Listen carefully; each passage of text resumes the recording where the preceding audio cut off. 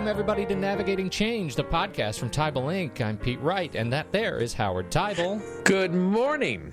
Good morning, Howard. How's the weather? You know what? I'm realizing that this is really going to make us so much stronger, a group of New Englanders, that we're getting through this. You know, at this point, Pete, I'm like, what's another 6 to 12 inches when you already have 45 to 60? Seriously, it's like, wow. Well, we should say we're recording this a bit early, and right now you are buried in Boston in the white stuff. And I bring this up not so that the show seems dated, but because I'm forecasting you're still going to be buried by the time the show actually airs, and it could be some time from now. So good luck. There's already discussion about the Boston Marathon in April having tons of snow on the ground.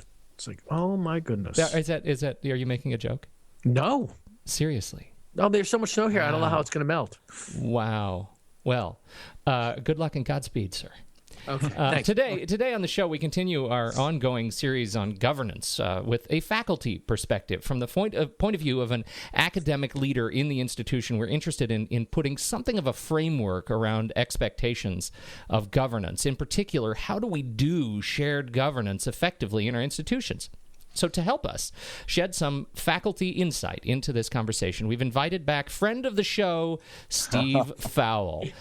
Steve is professor of theology at Loyola University, Maryland, and former chair of the faculty senate there. We don't like to pick favorites, but as an academic myself, Steve Fowl sets a pretty high bar for me as a guest. Steve, welcome back to Navigating Change. Good morning from Seattle, where our trees are in bloom, and it's going to be 60 degrees today, Howard. All right, show's over. This is a true story. Yesterday, I opened up my phone, and I took a screenshot of the weather app on the current weather in Portland. I didn't send it to you, Howard, but my intention was I thought that would ruin our relationship in just a little significant way.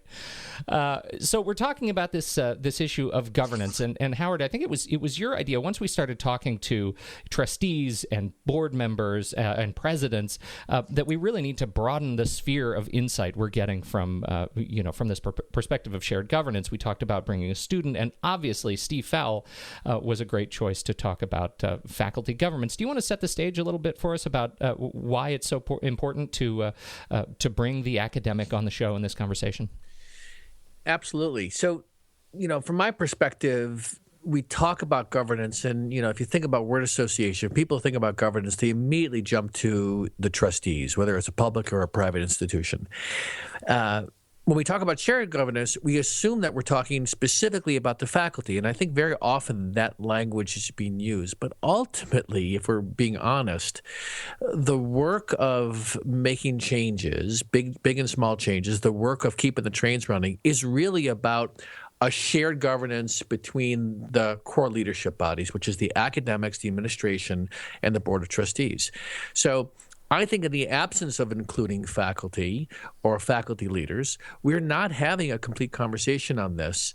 And I think we need to involve faculty more in an appropriate way around this conversation. And I've seen Steve in action. I've seen Steve win over administrators and build trust. And I think at the heart of this, it's that kind of mindset. So Steve, I really wanted both administrators and academics to be listening from the point of view of what does it mean for us to raise the bar? When we're doing it well, what does it look like? And, not to pretend like it's easy, because it's not, to do this well. So I think, my first question for you is, when you think about over your tenure of the work you've been doing in academics, what is it that you find really makes for the relationship between the administration and the academics work well? When you've seen it work well, what's happening? When it works well,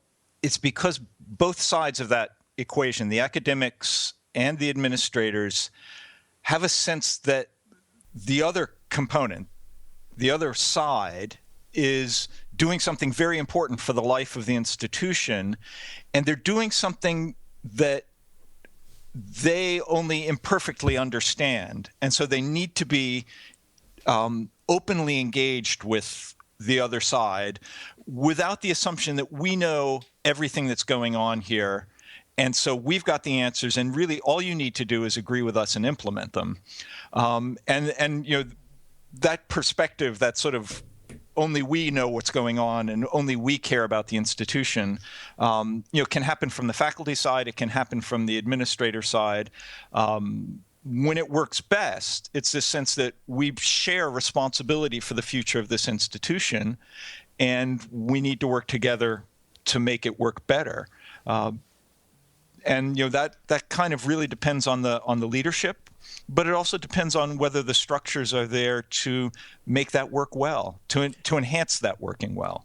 Yes, absolutely.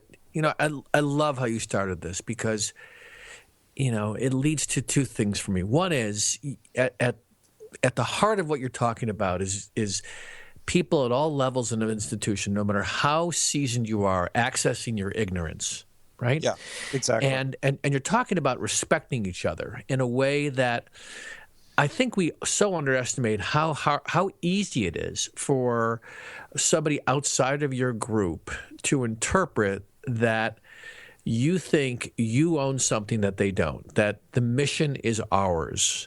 And I know that tension exists between academics and administrators. When it's done well, it's a natural, it's sort of a healthy tension. But why do you think it goes off the rails, or why do you think it's so hard to do this accessing our ignorance and respecting each other? Because it is hard. Yeah. I mean, part of it is just exposure.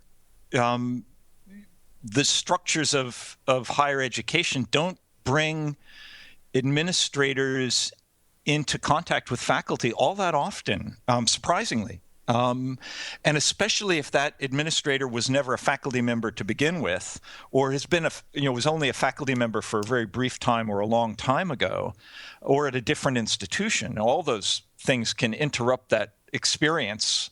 That makes it hard. And faculty, for the most part, can do their jobs on a day-to-day basis without ever really thinking about what's going on at an administrative level, or even what's going on at a institutional level above their own department. Right. And so you can work well as a faculty member without ever really engaging many of the larger institutional and administrative problems that the administration of a university are dealing with on a day-to-day basis. And the administrators can make that institution work well without ever really having a lot of contact with faculty. And when crisis comes, or when challenges come, then they're completely unprepared for working together. I had the pleasure and privilege of being on a project with you, and you were a co-leader with the Vice President for Administration, Terry Sawyer. And the thing that struck me about Loyola is the rigor, sort of the institutional, internal shared governance structure that exists. And it exists everywhere, but I think that it's particularly solid and it's treated with a high level of integrity. Talk a little bit about Loyola's internal shared governance structure that that involves the faculty. Sure. We really have three central bodies in our governance structure. There's the Academic Senate, which is probably the thing that's most familiar and most easily translatable across other institutions. The Senate is chaired by a tenured professor, and that's an elected post. And they are in charge of academic policies and procedures. They are in charge of the maintaining the academic excellence of the institution. Then we have another body we call it the Loyola Conference. The conference is chaired by the Vice President for Academic Affairs, and it's in charge of strategic planning and budgeting issues.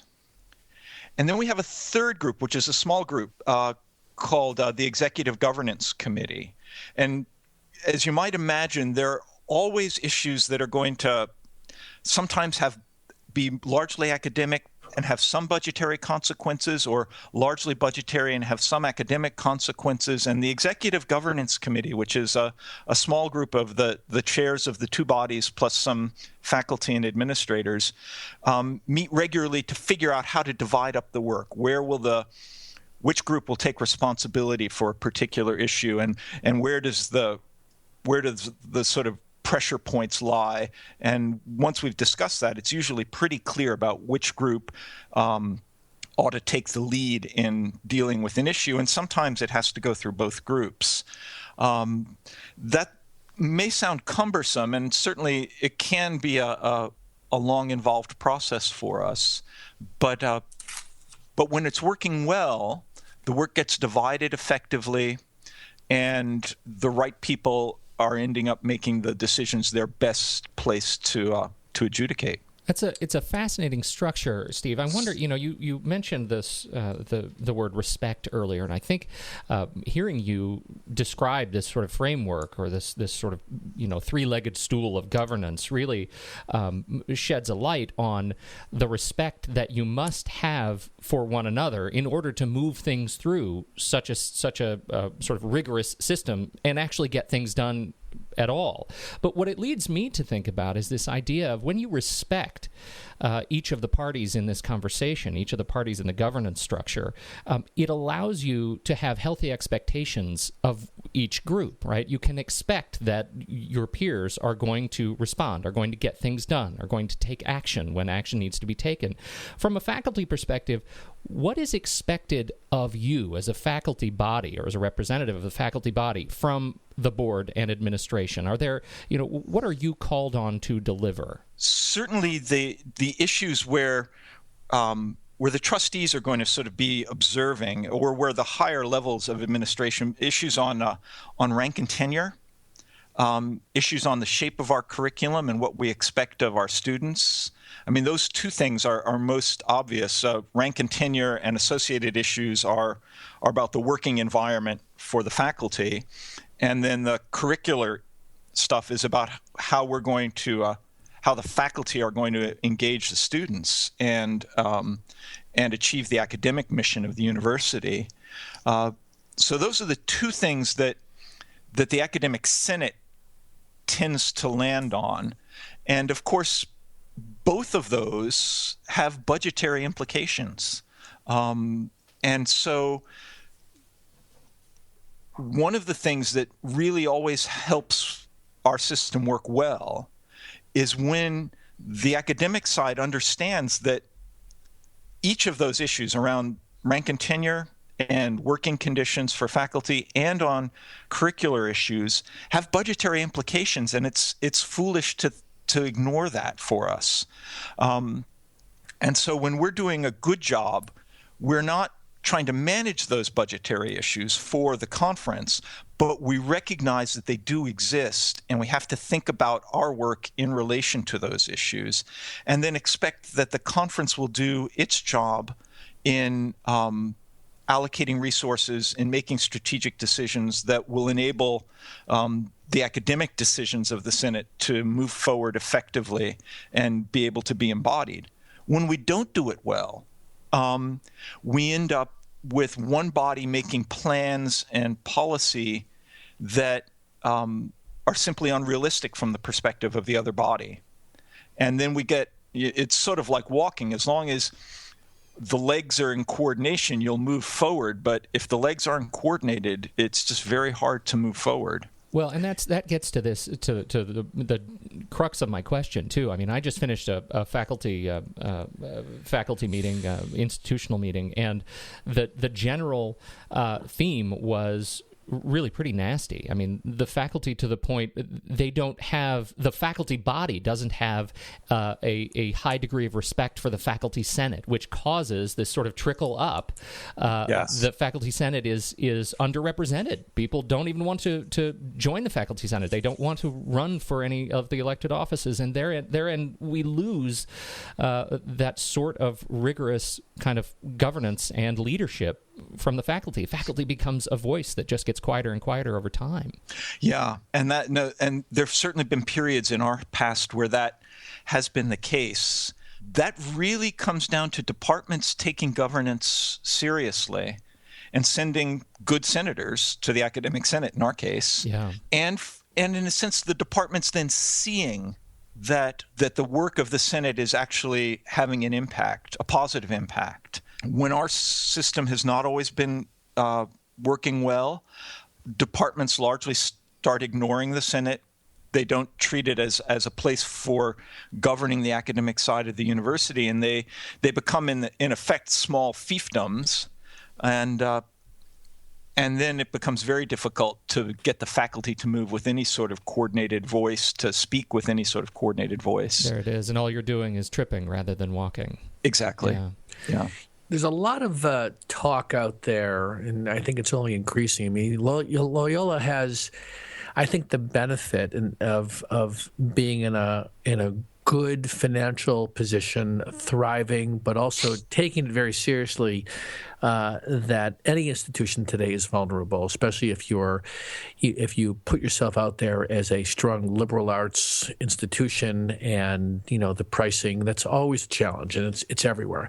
But one of the things that I think there's more thinking around at the board level as well as at the administration level, and I can't speak as much to the academic side, is this idea that, with the evolving social changes and demographics and the evolving labor market, with the economics, with, looking at this idea of, it used to be the case we had lifetime jobs, and how do we look at tenures as a way to really attract faculty but also do it well? And then finally, the political nature of this, which is around giving. There's a lot of accelerated change happening, and then we step back in and look at our current structures, how we're structured as boards, the kind of policies we have in place, and the kind of processes we use to make decisions. I think there's a greater recognition that we're still living like it's 150 years ago, that these models haven't evolved sufficiently to the accelerated change around us. So I'm curious if from your perspective, do you see opportunities to evolve governance on the, both within the academic side, to make it more relevant and more fluid and more flexible, and also in the relationship with how the academics work with either administration or the boards? Do you see opportunities, and are they happening at Loyola, or do you concur with my point that we're sort of living, if we looked at our structures, they'd look like the structures that have been around for 50 to 150 years ago? I certainly agree with the basic point you're making, that the challenges facing universities now and really into the foreseeable future may require a sort of agility of the governance processes that they're not well equipped to meet, and so I assume that's kind of the issue, isn't it? That we might have to change more quickly than we're really capable of executing change with these governance structures that we've got. Absolutely. And I've not thought up in any sort of comprehensive way what an alternative would be. Certainly at Loyola, from the faculty side of things, we have seen and experienced in the last 4 to 5 years the fact that we cannot do our jobs as faculty in complete ignorance of the financial aspects of university life. We have to pay attention to that. We cannot now, and this is the hard part for faculty. And a huge realization for faculty. Like, that's a tectonic shift. It is. It's a tectonic shift. And then, of course, because we're really smart people and think, and we know a lot of things, we think, well, we can manage this too, and just let us do it. And or that we can, or that our opinions might exceed our knowledge. Maybe that's right. Maybe that's the better way to put that. So we need to recognize both our dependence on the administrative side to do that, and we have to be attentive to it. We can't manage it. It's too big, it's too complicated, and it's not our job. One of the best.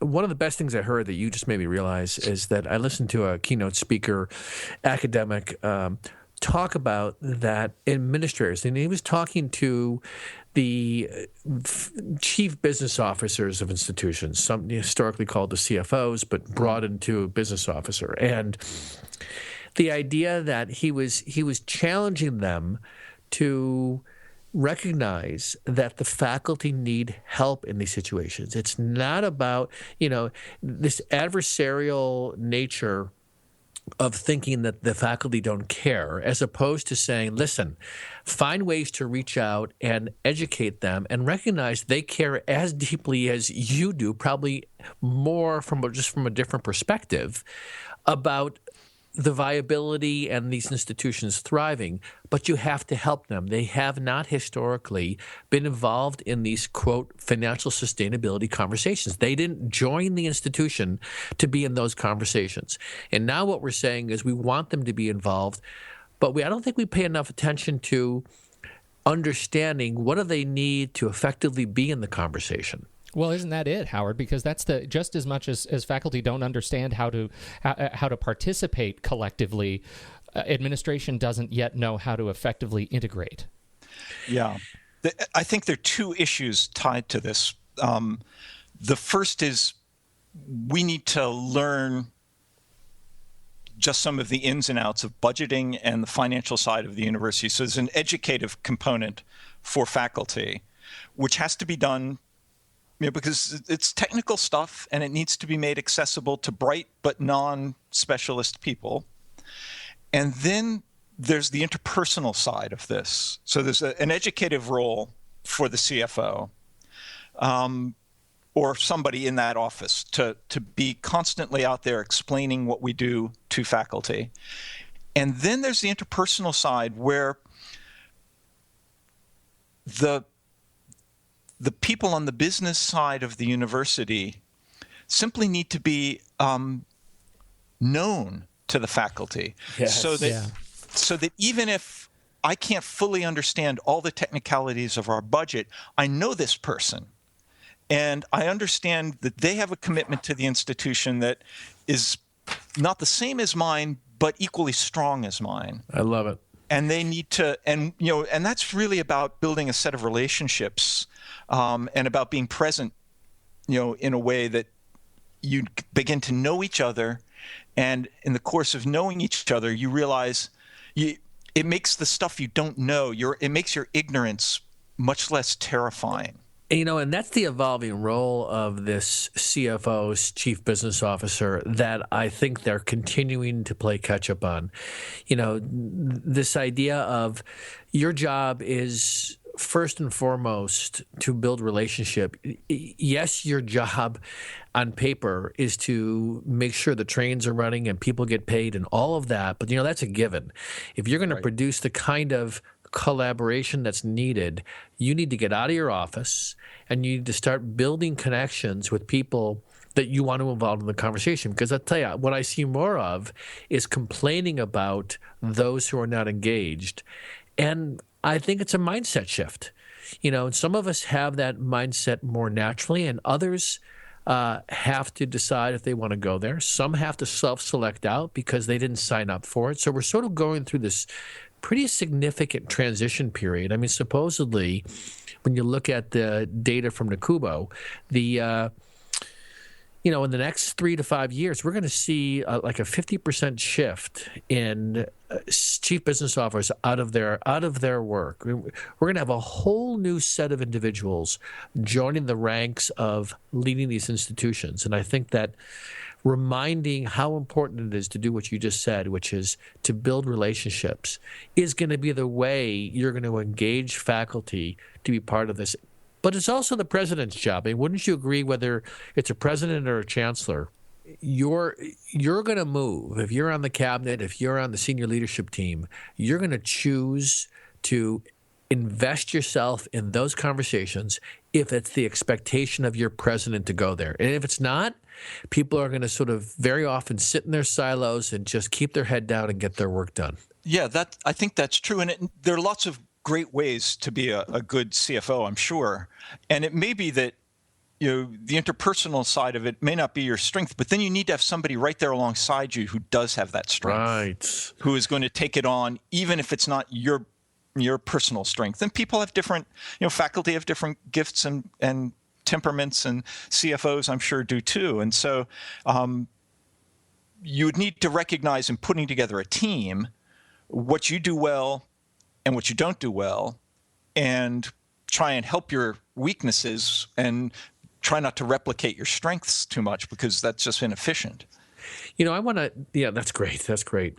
I want to shift gears a little bit to talk about the relationship between the faculty and the actual board, because, I'm going to have the opportunity to lead a workshop at Institutionalizing Change for trustees at an AGB conference upcoming. And one of the things, I had the opportunity to lead a board retreat where faculty were invited into the conversation to talk about some big issues, whether it was delivery and looking at online learning, a number of things that the president said, we're going to open this up, and the faculty senate then identified who they wanted to involve. And I can tell you in the end that it did not go very well. And it didn't go very well, partly because it was like men are from Mars and women are from Venus. There was a lack of listening to each other. And, you could argue, hindsight's 2020, maybe we could have set it up better. But I'm curious about your perspective about, the faculty or the academic leadership's involvement, connection, being in there with the work of the trustees. What do you see needs to change around that, or what has been your experience around that?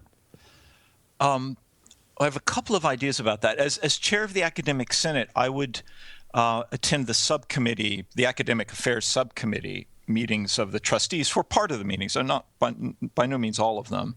And I would make presentations. Other faculty would occasionally make presentations. Students also sometimes. And those are all good. It's good to have some faculty involvement on the board.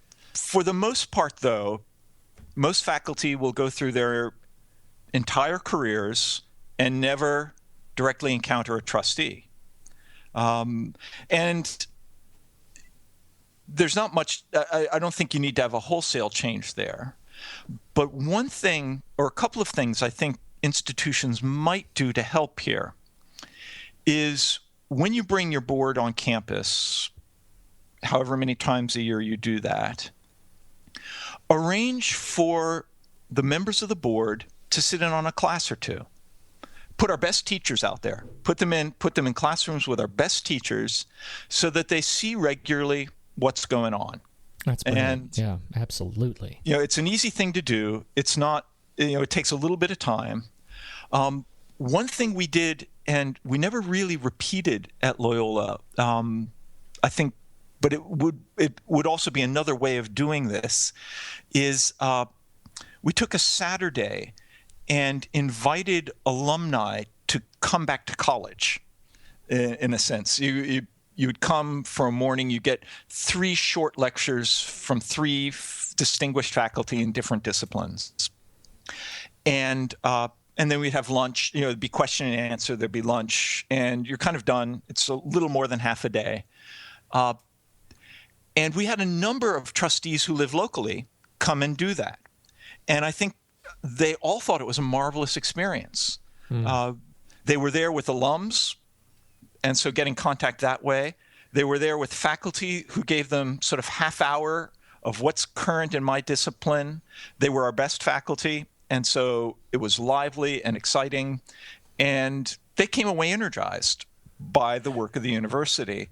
Those sorts of things, whether you plan it out as a sort of half-day thing or simply when they come on campus as part of their normal work as board members, go into a classroom, have an engagement with a set of students. Most of them, as trustees, will also go through their time on the board without much contact with faculty, or at least the contact they'll have with faculty will not be faculty doing their jobs. They'll be faculty coming in to inform them about things. Yeah, and I think what that does is that raises the collective awareness of each other's value. And, for a faculty member to see trustees sitting in on what they're doing, I think it raises their value, and vice versa. Trustees get to walk away and say, I have a deeper appreciation of what's going on here. And for some who've been alum, reconnecting with what they're doing. What I like what you're saying is, because the nuance here is you really want to let each body sort of do their work, right? Yeah. You don't want faculty in there. I've seen situations where faculty wanted to have greater representation on the board, and then there was this tension associated with how do we do that? Typically how we do it is we invite them to committees and they get to present. I think there's an opportunity there to have it be less presentation and more dialogue.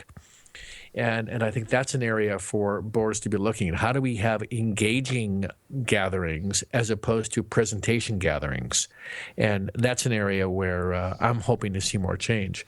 But I love what you're saying, because you're saying these are relatively simple things to do. It just requires sitting down and thinking a little bit in advance. How can we engage both sides? It's a funny transition too, because what you're seeing is when you're sitting in the classroom is you're seeing the work of the mission, right? You're seeing how faculty directly interact with the product, right? the sort of student interaction, but faculty also need to see that all these bodies, whether administration or at the trustee level, they are also doing the work of the mission of the institution. And I think being able to translate what that looks like across this three-legged stool of governance is really a gift. That is a great idea. It's certainly something I'm going to recommend to my own institution. Try and do simple stuff that isn't too time-consuming, right, and yet builds genuine bridges. Wonderful conversation. Steve Fowl, thank you so very much for joining us for this. Oh, happy to have been part of it. Steve thought we're just getting started. I know, right?